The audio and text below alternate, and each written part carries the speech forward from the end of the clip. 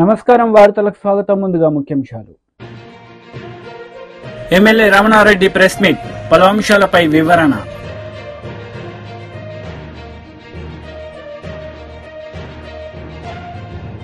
మాజీ మంత్రి Jagadish Reddy press meet, పలు అంశాలపై వివరణ. వైసీపీ లీడర్ మీడియా సమావేశం నిర్వహించారు. ఈ సందర్భంగా పలు అంశాలపై ఆయన మాట్లాడారు. చేపడుతుందని చెప్పిన కారణం, ఒప్పించిన కారణం అంటే చంద్రబాబు నాయుడు గారికి ఒక నైజం ఉంది. ఆయన అంటారు, ప్రతి ఆపదలోని నేను ఆపర్చునిటీస్ని ఎత్తుక్కుంటాను అనేటువంటి మాట. అంటే పోలవరం ఆయన గడిచిన 9 సంవత్సరాలు, గతంలో 9 సంవత్సరాలు ముఖ్యమంత్రిగా ఉన్నా పోలవరం నిర్మాణం కోసం ఏ రోజు కూడా ప్రయత్నం చేయలేదు. పోలవరం గురించి ఏ రోజు మాట్లాడలేదు. రాష్ట్రాన్ని విభజించమన్నప్పుడు ఒక అవకాశం వచ్చింది. రాష్ట్రానికి ప్రధాన వనరైనటువంటి పోలవరం నిర్మాణం చేయాలని కేంద్ర ప్రభుత్వం నిర్ణయిస్తే అందులో ఎలా లాభాలు సంపాదించాలని చంద్రబాబు నాయుడు గారు చేసిన ఆలోచన.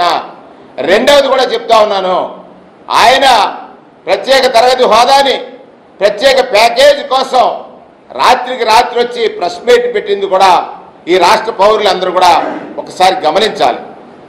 ఈ రెండింటి వల్ల, ఆయన తీసుకున్న ఈ 2 నిర్ణయాల వల్ల ఈ రాష్ట్రంలో ఉన్నటువంటి రైతులు కానీ, యువత కానీ, మహిళలు కానీ, ప్రజలు కానీ ఎంత నష్టపోయారనే విషయాన్ని ఒకసారి మీ ద్వారా రాష్ట్ర పౌరులందరూ ఆలోచన చేయమని గతానికి ఒకసారికి వెళ్ళి 2016 డిసెంబర్లో ప్రాజెక్టు పనులు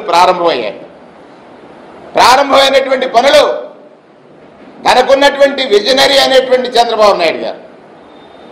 నవ్వాల్సింది ఏంటంటే ఆయన చాలా విజన్ ఉన్నటువంటి మనిషి. ప్రాజెక్టు నిర్మాణం ఒక ప్రోటోకాల్ ఆర్డర్స్లో జరగాల్సినటువంటి అవసరం ఉంది. ఈ ప్రాజెక్టు నిర్మాణం చేయాలంటే ముందు పునాదులు ఎలా వేయాలి? పునాదులు అంటే ఆ రోజు ఉన్నటువంటి పరిస్థితుల్లో ఎగువ కాపర్ డ్యామ్, దిగువ copper dam, diaphragm wall, spillway. అన్నిటికంటే ప్రధానమైనటువంటిది స్పిల్వే. అంటే గోదావరి నదీ ప్రవాహాన్ని ఏ విధంగా కింద వరకు వెంపాలి. మనం అడ్డుకట్ట వేసినప్పుడు ఆ అడ్డుకట్ట వేయడం ద్వారా పై ప్రాంతాలు ముంపుకు గురైతే ఆ ప్రాంతవాసులకు కలిగే కష్టాన్ని, నష్టాన్ని ఎలా పోడ్చాలనేటువంటిదో ఆలోచించాలి. ఆయన వెనువెంటనే అందులో ఎంతవరకు మనకు లాభం వస్తుంది, ఎంతవరకు మనకు ఆదాయం వస్తుంది, లేకపోతే ఎంతవరకు మనకి స్వార్థపూరితమైనటువంటి సంపాదన వస్తుందని ఆలోచించారు. కాబట్టి 3 పనులు కూడా ఒకేసారి ప్రారంభించారని సాక్షాత్ వారి మంత్రి చెప్తున్నారు. 3 పనులు కూడా అంటే కాపర్ డ్యామ్ నిర్మాణం చేపట్టే నాటికే స్పిల్వే పనులు పూర్తి అయి ఉండాలి. కాపర్ డ్యామ్ నిర్మాణం చేపట్టే నాటికే స్పిల్వే పనులు కనుక పూర్తి కాకపోతే కాపర్ డ్యామ్ నిర్మించడం వల్ల జరిగే నష్టాన్ని ఎలా పూడ్చాలనుకున్నారు? నెంబర్ 1.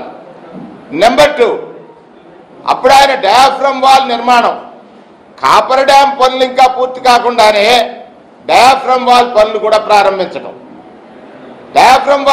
ప్రారంభించడంతో పాటే దిగువ కాపర్ డ్యామ్ పనులు కూడా ప్రారంభించడం, చేయాల్సినటువంటి స్పిల్వే పనుల్ని ఆలస్యం చేయటం, వారం పోలవరం కరెక్టే, దానికి సందర్శన కోసం ప్రజలను తీసుకెళ్లి పాటలు పాడించడం, ఇవన్నీ కరెక్టే, అందరూ చూశారు. కానీ ఈ దేశ ప్రధాని, కేంద్ర ప్రభుత్వాన్ని నడుపుతున్నటువంటి ప్రధాని ఆనాడు ఈ రాష్ట్రానికి వచ్చి చేసిన కామెంట్స్ కూడా మనం చూసాం. పోలవరం ఒక ఏటీఎం మాదిరిగా చంద్రబాబు నాయుడికి ఉందనేటువంటి మాట చెప్పారు. అంటే 5 సంవత్సరాల కాలంలో టీడీపీ లీడర్ మీడియా సమావేశం నిర్వహించారు. ఈ సందర్భంగా పలు అంశాలపై ఆయన మాట్లాడారు. ప్రాజెక్టులో మాకు కూడా తెలియని విషయాలను కూడా ఎప్పటికప్పుడు అధికారుల నుండి తెలుసుకుంటూ స్టడీ చేస్తూ ఉంటే ఆ వెలుగొండ ప్రాజెక్టు గురించి, ఎందుకంటే మేము కూడా కొంత ప్రయారిటీ చంద్రబాబు నాయుడు గారు కూడా తీసుకోవడం జరిగింది.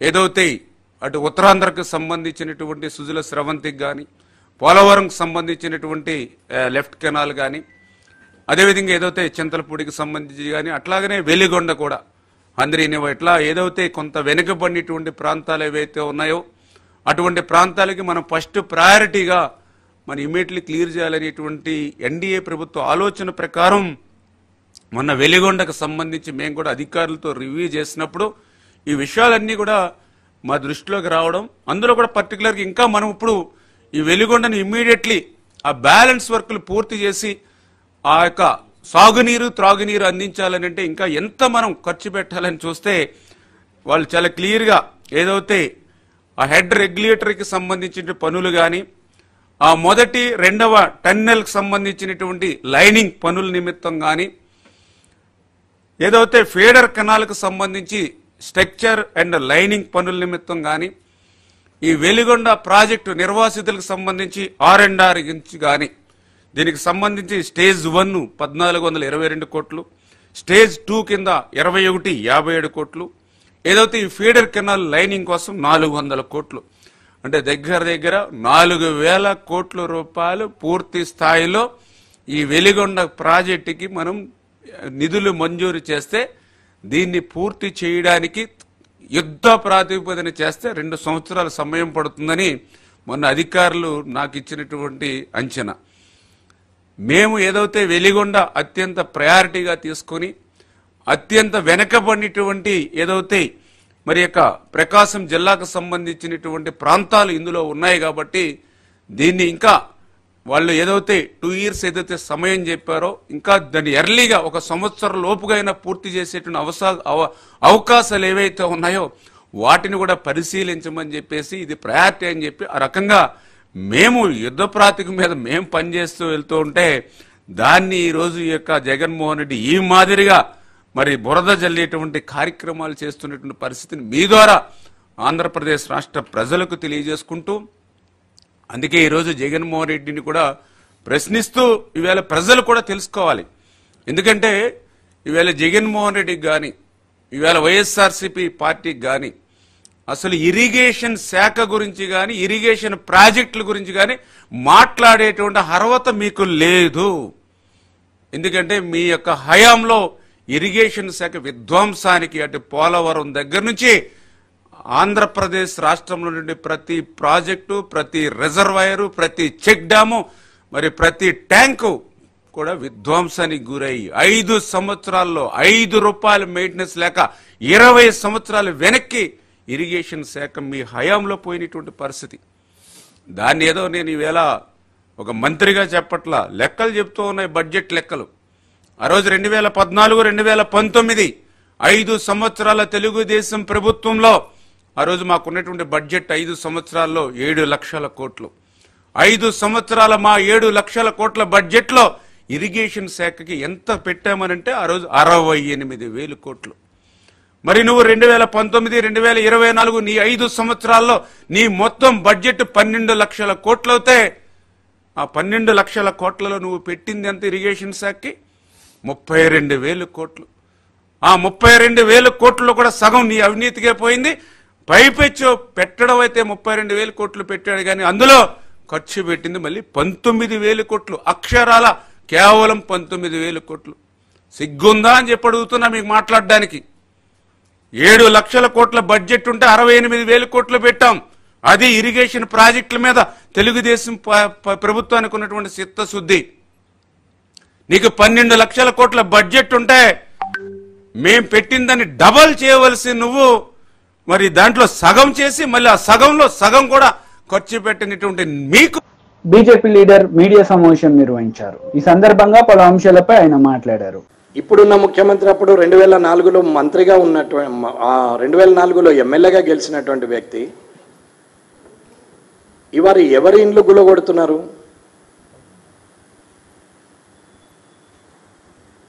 ఇవాళ మళ్ళీ సామాన్య ప్రజానీకంకు సంబంధించిన ఇండ్లనే గులగొడుతుంటే ఎలా చేస్తాం? రానున్న కాలంలో మరి హైదరాబాద్లో ఇల్లు కొనాలి అని అంటే భయపడే పరిస్థితికి క్రియేట్ చేస్తున్నారా, లేక తప్పును అరికట్టే పరిస్థితిని క్రియేట్ చేస్తున్నారా అనేది అర్థం కావట్లేదు. సామాన్య ప్రజలందరూ కూడా ఇబ్బంది పడతారు. సరే, హైదరాబాద్లో హైడ్రా పెట్టే ముందు ఏదో కొత్తగా పెట్టింది అనేది ఏం లేదు. అంతకుముందు ఎన్విరాన్మెంట్ అండ్ డిజాస్టర్ ఏదైతే ఉందో దాని ఈవీ అండ్ డిఎం అనేది డిపార్ట్మెంట్కి రంగనాథ్ గారు కమిషనర్గా ఉన్నారు. దాన్నే మార్పుగా జూలై 1 నాడు మాట్లాడారు, జూలై 2 నాడు ఇంప్లిమెంట్ చేసిరు 2024. దానికి కమిషనర్గా రంగనాథ్ గారు వచ్చారు. ఇప్పుడున్న మేయర్ గారు అప్పుడు ఉన్నారు. ఇప్పుడున్న అధికారులు గత 10 సంవత్సరాలుగా అదే హెచ్ఎండిఏలో ఇక్కడిదిక్కడనే తిరుగుతున్నారు. ఇవాళ గ్రోత్ కారిడార్ అని చేసినటువంటి దాంట్లో మున్సిపాలిటీలో ఉన్న అధికారులు ఈ గ్రోత్ కారిడార్లోనే తిరుగుతున్నారు. సుమారు 2000 కిలోమీటర్ల చదరపు కిలోమీటర్లలో ఉన్నటువంటి హెచ్ఎండిఏని ఇవాళ మరి అప్రూవల్స్ ఏ నెంగల్లో వచ్చినాయి, ఎక్కడి నుండి వచ్చినాయి అనేది ఒక్కసారి ఆలోచించాల. అట్లాగే కనీసము హెచ్ఎండిఏ వారు ఇచ్చిన నివేదిక 2010లో సుమారు 7000 చెరువులు ఉన్నాయని చెప్పిన దానికి వెళ్ళి 500 చెరువులకు తీసుకొచ్చేసారు. 2018లో మళ్ళీ ఒకసారి రీసర్వే చేస్తే 500 చెరువులు కాస్త 169 చెరువులుగా మారిపోయినాయి. మరి ఈరోజు ఎన్ని చెరువులు ఉన్నాయనేది ఒక్కసారి రేవంత్ రెడ్డి గారు చెప్పాల. రాత్రికి రాత్రి ఆ దొర తీసుకున్న నిర్ణయాలు 10 సంవత్సరాలు ప్రజలను అతలాకుతం చేస్తే ఇవాళ ఈ రెడ్డి గారు తీసుకునే రాత్రికి రాత్రి నిర్ణయాలతోని మళ్ళీ బలయ్యేది ప్రజలేనా అనేది ఒక ప్రశ్న. ప్రభుత్వము గత ప్రభుత్వం తప్పు చేసింది అని చెప్పడానికి ప్రజలను బలిపెట్టే కన్నా, పార్టీల పరంగా దూషణలు చేసే కన్నా ఇవాళ వీరు తప్పిదాన్ని అరికట్టేందుకు పర్మనెంట్ సొల్యూషన్స్ చేయాల్సింది పోయి ఇవాళ వితౌట్ నోటీసులు రాత్రికి రాత్రి తీసుకెళ్ళకుండా గులగొడుతూ పోతున్నారు. ఇవాళ ఒక అపార్ట్మెంటు బిల్డర్ అమ్మేసిండు, మొన్నటికి మొన్న గులగొట్టింది. అందులో కొన్న వాళ్ళందరూ ఇవాళ ఏడుస్తున్నారు. ఈఎంఐల మీద కొన్నాము, ఇవాళ అది గులగొట్టేసిరు అని అంటారు. గులగొట్టిన దానికి గ్యారంటీగా బ్యాంకు గ్యారంటీకి కొలాటరల్ ఇచ్చేది ఆ ప్రాపర్టీని. ప్రాపర్టీ పోయింది కాబట్టి మనిషి ఎవరైతే సంతకం పెట్టిరో వాళ్ళకు జీతం ఉంది కాబట్టి ఈఎంఐ కట్టమని అంటారు. అంటే గూలిన బిల్డింగ్కు వీరు డబ్బులు కట్టాలి ఇప్పుడు ఈఎంఐ. మరి ఆ బిల్డింగ్కు పర్మిషన్ ఎలా వచ్చింది? ఆ అధికారి అయితే ఇప్పుడు అధికారంలోనే ఉన్నారు కదా, అధికారిగానే ఉన్నారు కదా. మరి ఆ అధికారిని ఏం చేస్తారు? ఇల్లు గులగొట్టడమే ప్రథమమా, లేకుంటే అధికారి తప్పిదంగా ఇచ్చినటువంటి డాక్యుమెంటేషన్ ప్రకారంగా ఆయన సస్పెన్షన్ చేస్తారా, జైల్లో పెడతారా, ఏం చేస్తారు? డబ్బులు తీసుకొని పర్మిషన్ ఇచ్చినటువంటి అధికారిని ఏమీ చేయరా? ఆ రెవెన్యూ రికార్డ్స్ సబ్మిట్ చేసిన రెవెన్యూకు సంబంధించిన ఎంఆర్ఓ కావచ్చు, ఆర్డీఓ కావచ్చు, జాయింట్ కలెక్టర్ కావచ్చు, కలెక్టర్ కావచ్చు, ఐఏఎస్లు వీళ్ళని ఏమి చేయరా? ఈ డాక్యుమెంట్లను అడ్డంగా పెట్టుకొని స్టాంపులో ఎస్ఆర్ఓలో సబ్ రిజిస్టార్ ఆఫీస్లో డబ్బులు తీసుకొని రిజిస్ట్రేషన్ చేసిన ఎస్ఆర్ఓ మీద ఎలాంటి యాక్షన్ ఉండదా? దీనికి ఫైర్ పర్మిషన్ ఇచ్చినటువంటి ఫైర్ డిపార్ట్మెంట్ అధికారి మీద యాక్షన్ ఉండదా? దీనికి పర్మిషన్ ఇచ్చినటువంటి ఎన్విరాన్మెంట్ డిపార్ట్మెంట్ వారి పర్మిషన్ ఉండదా? వీరికి కరెంట్ కనెక్షన్ ఇచ్చినటువంటి ఎలక్ట్రిసిటీ మీటర్ అప్రూవల్ ఇచ్చినటువంటి ఇవాళ గ్రౌండ్ డిపార్ట్మెంటు ఏదైతే బోర్వెల్కు గ్రౌండ్ డిపార్ట్మెంట్ పర్మిషన్ ఇచ్చినటువంటి వారి మీద కానీ ఎలక్ట్రిసిటీ డిపార్ట్మెంట్ మీటర్లు ఇచ్చినటువంటి బీఆర్ఎస్ లీడర్ మీడియా సమావేశం నిర్వహించారు. ఈ సందర్భంగా పలు అంశాలపై ఆయన మాట్లాడారు. అనే మాటను బ్యాంకర్లు చెప్తా ఉన్నారు. ముందుగా మీరు కూడా ఆ మాటను ఒప్పుకున్నారు ప్రకటించినప్పుడు. బ్యాంకర్లను సమావేశాన్ని పిలిచి ముఖ్యమంత్రి మాట్లాడినప్పుడు వచ్చిన లెక్క 50 లక్షల పైగా రైతులు 49,000 కోట్లు. సరే, దాన్ని మీరే 41 తెచ్చిండ్రు, చివరికి 31 దగ్గర ఖాయం చేసిండ్రు. నేను ఇప్పుడు ప్రభుత్వాన్ని డిమాండ్ చేస్తా ఉన్నా, మీరు ఇప్పటి వరకు కూడా రైతుల సంఖ్య ఇంత అని స్పష్టంగా చెప్పడం లేదు. నిన్న ఉత్తమ్ కుమార్ రెడ్డి గారు ఇచ్చిన దాన్ని బట్టి 22,37,000 మందికి ఏమో మాఫీ చేసినాం, ఇంకా 17,13,000 మందికి బాకీ ఉన్నాం. 31,000 కోట్ల రూపాయలు పూర్తిగా మేము చేయడానికి సిద్ధంగా ఉన్నాం అనే మాట చెప్తున్నారు. దీన్ని ఏ తేదీ లోపల పూర్తి చేస్తారో ప్రభుత్వం వెంటనే ప్రకటించాలి స్పష్టంగా. మేము రైతుల తరఫున డిమాండ్ చేస్తూ ఉన్నాం. రైతులు ఆందోళనలో ఉన్నారు. మీరు ఇచ్చిన ఆదేశాలు అస్పష్టంగా ఉన్నాయి. ఎక్కడికి వెళ్ళి మొరబెట్టుకోవాలి అనే విషయంలో ఒక్క మంత్రి ఒక స్టేట్మెంట్ సరిగా ఇవ్వడం లేదు. తలా ఒక మాట మాట్లాడుతున్నారు. వ్యవసాయ శాఖ మంత్రి ఒక మాట మాట్లాడుతున్నాడు, ఆర్థిక శాఖ మంత్రి ఒక మాట మాట్లాడుతున్నాడు, ఇతర మంత్రులు ఇంకో మాట చెప్తున్నారు. ఆఖరి ముఖ్యమంత్రి ఏమో అయిపోయిందని డాన్స్ చేసేస్తున్నాడు. ముఖ్యమంత్రి ఏకంగా సభ పెట్టి డాన్స్ చేసేసిండు. అయిపోయింది. ఇప్పుడు చెప్పాలి ముఖ్యమంత్రి, ముక్కునే నువ్వు రాస్తావా, రాజీనామా నువ్వు చేస్తావా, మేం చేయాలి, మా నాయకులు చేయాలి. ఒక సభ పెట్టుకొని సభలో ఇన్ని పచ్చబద్దాలు మాట్లాడుతూ, నోటికొచ్చిన బూతులు మాట్లాడుతూ, నువ్వు చేసిన ప్రహసనం ఇవాళ ఉత్తమ్ కుమార్ రెడ్డి గారి స్టేట్మెంట్తో స్పష్టంగా తేలిపోయింది. ముఖ్యమంత్రి చెప్పింది అక్షరం పచ్చి అబద్ధం అనే మాట. రాజీనామా చేయమని హరీష్ గారిని డిమాండ్ చేసినాం. చేయి, నువ్వు చేస్తావా ఇప్పుడు, లేదా క్షమాపణలు చెప్తావా, చెంపలు వేసుకుంటావా? తెలంగాణ రైతాంగాన్ని మోసం చేసినందుకు మొత్తం అయిపోయింది, అందరూ చేసేసినా అని చెప్పినావు. నీ లెక్క ప్రకారమే ఇవాళ ఇంకా 17,13,000 మందికి నువ్వు ఇవ్వకపోయినా ఇచ్చినా అని చెప్పినందుకు నువ్వు చెంపలు వేయాలి, చెంపలు వేసుకోవాలి, నువ్వు క్షమాపణలు చెప్పాలి ముఖ్యమంత్రి. అది చేయడమే కాదు, వెంటనే ఏ తేదీ లోపల ఈ 17,13,000 మందికి కూడా రుణమాఫీ చేస్తారో వెంటనే ప్రకటించాలి ప్రభుత్వం. ఒకరేం బ్యాంకు పోమంటున్నారు, ఒకరేం వ్యవసాయ శాఖ అధికారి దగ్గర పోమంటున్నారు, ఇంకోరేం మీ సొసైటీ పోమంటున్నారు. అసలు ఎక్కడికి పోవాలి రైతులు? ఒకరే కలెక్టర్ గారికి పోమని అంటారు. ఒక్కొక్క మంత్రి తల ఒక తీరుగా రైతుల్ని గందరగోళపరుస్తున్నారు. మీ చేసిన తప్పులకు రైతులను బలి చేసే ప్రయత్నం చేస్తున్నారు. ఇప్పటికైనా ప్రభుత్వం ఒక స్పష్టమైన ప్రకటన చేయాలి. మొత్తం రైతుల సంఖ్య, మీరు చేయదలుచుకున్న రైతుల సంఖ్య, దానికి సరిపోయే డబ్బులు ఏ తేదీ లోపల అమలు చేస్తారో, బ్యాంకు ఖాతాలో డబ్బులు, రైతుల ఖాతాల్లో డబ్బులు వేస్తారో ప్రభుత్వమే స్పష్టంగా చెప్పాలి. రైతులను రోడ్ల మీద తిరగమని, బ్యాంకుల దగ్గర పోమని, బ్యాంక్ అధికారులకు రైతులకు గొడవలు అవుతున్నాయి, వ్యవసాయ అధికారులకు రైతులకు గొడవలు అవుతున్నాయి. మా దగ్గర ఏం లేదు పొమ్మంటున్నారు వాళ్ళు. స్వయంగా నేనే మాట్లాడిన వ్యవసాయ శాఖ అధికారులతో. పాపం చిన్న ఉద్యోగస్తులు, సార్ మాకేం తెలుస్తుంది సార్, మేమేం చేయాలి సార్, అసహాయంగా మాట్లాడుతున్నారు పాపం. కాంగ్రెస్ నేతలు మీడియా సమావేశం నిర్వహించారు. ఈ సందర్భంగా పలు అంశాలపై వారు మాట్లాడారు. నువ్వు స్టాచ్యూ తీసేస్తా అంటున్నావు,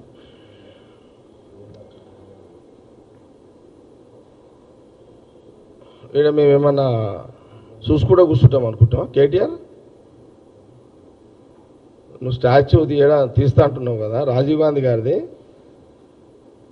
నువ్వు స్టాచ్యూ దగ్గర ముఖ్యమంత్రి రేవంత్ రెడ్డి గారు బహుశా సోనియా గాంధీ రాహుల్ గాంధీ అపాయింట్మెంట్ దొరికిన తర్వాత వాళ్ళ చేతుల మీదుగా రాజీవ్ గాంధీ గారి యొక్క స్టాచ్యూ ఆవిష్కరణ చేయాలనేది ముఖ్యమంత్రి గారు మా క్యాబినెట్ మినిస్టర్లు చేస్తున్న ప్రయత్నం. అడుగు అశోక్ గారు, ఎప్పుడది? తెలంగాణ తల్లేదు అది. ఇక మేమేమంటున్నామంటే ముఖ్యమంత్రి రేవంత్ రెడ్డి గారు, మా మినిస్టర్లు, కాంగ్రెస్ పార్టీ రాజీవ్ గాంధీ స్టాచ్యూ ఆవిష్కరణ సోనియా గాంధీ రాహుల్ గాంధీ చేతుల మీదుగా త్వరలో ముఖ్యమంత్రి గారు డిసైడ్ చేసి డేట్ డిక్లేర్ చేయడం జరుగుతుంది. అది ఆవిష్కరణ జరుగుతుంది. ఇప్పుడు నువ్వేమంటున్నావు, మీరు పెట్టిన స్టాచ్యూ తీస్తా అని మీరు ఏదో మాట్లాడారు. ఈరోజు 2 రకాల స్టేట్మెంట్లు వచ్చినాయి. నిన్న స్టేట్ మీద మాట్లాడుతున్నాను. నేను ఇంకా మొత్తం రాలే, ఇంకా మెల్లమెల్లంగా వస్తా, స్టెప్ బై స్టెప్ వస్తా, తొందర ఏం లేదు. ఇప్పుడు నిన్న స్టేట్ మీద మాట్లాడుతున్నా. మరి మేము ఈడ నువ్వు ఎప్పుడు తీస్తావు? నువ్వు ఈ 4 సంవత్సరాల 4 నెలలు అయితే నీకు ముట్టుకోనికే రాదు. నీకు అంత దమ్ము అంత ఆ ధైర్యము నీకు లేదు, ఆ దమ్ము నీకు లేదు. అంటే నెక్స్ట్ అంటే మీ గవర్నమెంట్ వస్తుందేమో అని ఆశాభావంతో అప్పుడు తీసేస్తా అని నువ్వేదో మాటలు చెప్పినావు. తెలంగాణ ప్రజలు మీ కేసీఆర్ బీఆర్ఎస్ గవర్నమెంట్ని ఎట్టి పరిస్థితిలో వచ్చే 5 ఏళ్లలో కూడా అవకాశం ఇవ్వరు. తెలంగాణ ప్రజలు స్వేచ్ఛగా ప్రశాంతంగా హాయిగా హ్యాపీగా సంతోషంగా జీవించాలి, నిద్రించాలి, స్వేచ్ఛగా బ్రతకాలి, స్వతంత్రంగా జీవించాలి అని తెలంగాణ ప్రజలు కోరుకుంటున్న క్రమంలో వచ్చే 5 ఏళ్ళు కూడా కాంగ్రెస్ పార్టీ గవర్నమెంటే ఉంచుతారు తెలంగాణ ప్రజలు. మా కాంగ్రెస్ పార్టీ విశ్వాసం. నీకు ఛాయిస్ లేదు, ఇక నో ఛాయిస్.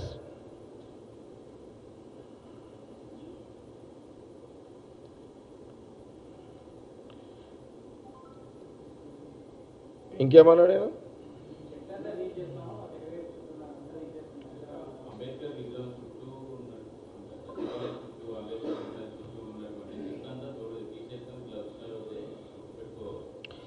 కేటీఆర్ ఇప్పుడు నువ్వేమో మా ముఖ్యమంత్రి రేవంత్ రెడ్డినేమో ఏమన్నావు? చీఫ్ మినిస్టర్ నువ్వేదో మాట్లాడుతున్నావు. నువ్వు నీ మాటలు చీఫ్ లిక్కర్ తీరు. నేను ఈ మాటలు కేటీఆర్ మాటలన్నీ కూడా చీఫ్ లిక్కర్ తాగినోడు మాట్లాడుతున్నాడు చూడు, అట్లా మాట్లాడుతున్నాడు. ఓకేనా? టీడీపీ లీడర్ మీడియా సమావేశం నిర్వహించారు. ఈ సందర్భంగా పలు అంశాలపై ఆమె మాట్లాడారు. 15 మంది కడుపు నొప్పి వచ్చి వాంతులు విరోచనాలు అయితే కూడా ఏ రోజు మీరు పట్టించుకోవాలా? ఇది ఎప్పుడు జరిగింది? 27/11/2022లో జరిగింది. పశ్చిమ గోదావరి జిల్లాలో 21 మంది ప్రాథమిక మండల పరిషత్ ఏది పాలకోడేరులో నెంబర్ 1 మండల పరిషత్ ప్రాథమిక పాఠశాలలో 21 మంది మరి ఫుడ్ పాయిజన్ కి గురైతే ఒక్కళ్ళని కూడా పట్టించుకున్న పరిస్థితి లేదు. ఇది మేము సాక్ష్యాలతో సహా చెప్పగలుగుతాం. ఈనాడులో వచ్చింది. తర్వాత 31/1/2023 160 మంది విద్యార్థులు సకాలంలో చికిత్స లేక కలుషిత ఆహారంతో విలవిల్లాడిపోయారు. దీని మీద ఏం సమాధానం చెప్తా? అలాగే మధ్యాహ్న భోజనం వికటించి 38 మంది అస్వస్థతకి గురయ్యారు. ఇది పార్వతీపురం మన్యం జిల్లాలో జరిగింది. దీనికి ఏం సమాధానం చెప్తా? ఏ రోజన్నా దీని గురించి పట్టించుకున్నా? ఇవన్నీ ప్రభుత్వం నడిపే పాఠశాలలు, ప్రభుత్వం నడిపేవి. ఇంకా నిన్న జరిగింది అసలు ప్రభుత్వానికి సంబంధమే లేదు. దీనికి ఏం సమాధానం చెప్తారు? కొత్త వలసలో 10 మంది విద్యార్థులు అస్వస్థత జరిగింది. ఇది ఎప్పుడు జరిగింది? 9/2/2023లో. ఏమన్నా యాక్షన్ తీసుకున్నారంటే ఏమీ లేదు. అదేవిధంగా పోలవరం బీసీ బాలుల వసతి గృహంలో కలుషిత ఆహారం తిని 39 మంది అస్వస్థతకి గురయ్యారు. దీని మీద ఏదైనా యాక్షన్ తీసుకున్నారా? కనీసం ఒక మీటింగ్ పెట్టారా? లేదు. అలాగే బల్లిపడి చిన్నారులకి అందరికి ఫుడ్ పాయిజన్ అయింది, 64 మంది. ఇదెక్కడా మీ జేబులో మనిషి? మదనపల్లిలో జరిగిందమ్మా. ఏ రోజున యాక్షన్ తీసుకున్నారా జగన్మోహన్ రెడ్డి గారు? అదేవిధంగా ఇక అనంతపురం వాళ్ళు నేను రాయలసీమ బిడ్డని నేను పదే చెప్పుకునే ఈ జగన్మోహన్ రెడ్డి నేను సూటిగా అడుగుతున్నా. అనంతపురం లేడీస్ హాస్టల్ ఉంది. ఈ హాస్టల్లో ఏ రోజైనా ఈ కేజీబీవి అనే హాస్టల్ ఏ రోజైనా దీని మీద వెళ్ళడం కానీ అక్కడ తరచు ఫుడ్ పాయిజన్ జరుగుతుందని చెప్పినా ఏ రోజైనా మీరు వెళ్ళడం కానీ మీ ప్రజాప్రతినిధులు వెళ్ళడం కానీ పర్యవేక్షించడం కానీ దీని మీద ఏదైనా ఒక నోట్ తయారు చేయటం కానీ వీళ్ళ మీద ఏదైనా యాక్షన్ తీసుకోవటం కానీ ఏమన్నా ఉందా? ఎందుకంటే అక్కడ ఉన్న వాళ్ళందరూ మీకు లంచాలు ఇచ్చి వచ్చిన వాళ్ళే, మీ మనుషులే. అక్కడ ఉన్న అధికారులంతా క్లియర్గా పేర్లతో సహా చెప్తాను నేను చెప్పాలంటే. ఏ రోజన్నా వెళ్ళారా? తర్వాత అదే రాయలసీమలో కదిరిలో జగనన్న గోరుముద్ద తిని 20 మంది విద్యార్థులకు అస్వస్థత కదిరిలో జరిగింది. ఎప్పుడు 26/11/2022లో జరిగింది. దీనికి ఆయన సమాధానం చెప్తారా జగన్మోహన్ రెడ్డి గారు? అదేవిధంగా 16 మంది గిరిజన విద్యార్థులు ఎక్కడ? ఇది రాజానగరంలో. ఇది ఎప్పుడు? మార్చి 7వ తారీఖు 2021. వార్తలు ముగించే ముందు ముఖ్యాంశాలు మరోసారి. ఎమ్మెల్యే రమణారెడ్డి ప్రెస్ మీట్, పలు అంశాలపై వివరణ.